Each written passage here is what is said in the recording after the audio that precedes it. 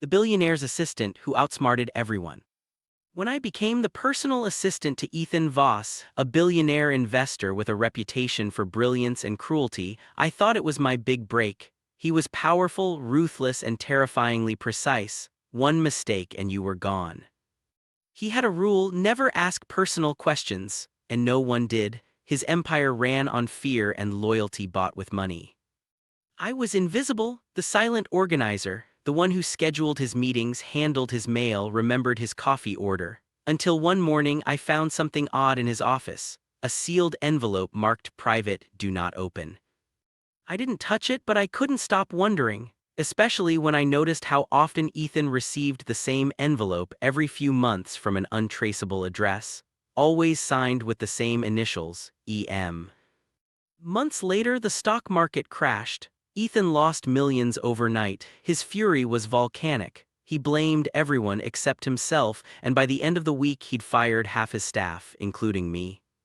But not before I found something: a flash drive tucked in his drawer labeled EM Archives.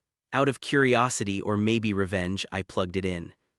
What I found changed everything. Ethan was Ethan. He was living under a stolen identity. The real Ethan Voss had died in a car accident 15 years earlier. My boss was his cousin Edward, who had taken over his empire using forged documents and fake accounts. I could have gone to the police, but I went smarter. I gathered everything: documents, evidence, backups. Then I sent an anonymous tip to one of his biggest investors and sold the story to the media. Within days, it went viral: the fake billionaire of Manhattan. His empire imploded, stocks froze, investigations began, and me, I quietly disappeared with a tidy 7-figure payment from the magazine that broke the story.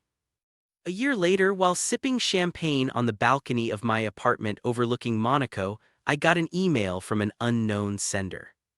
"You were always smarter than I thought, EM." I smiled, closed the laptop, and poured another glass. Some fortunes are built on lies. Mine was built on knowing exactly when to tell the truth.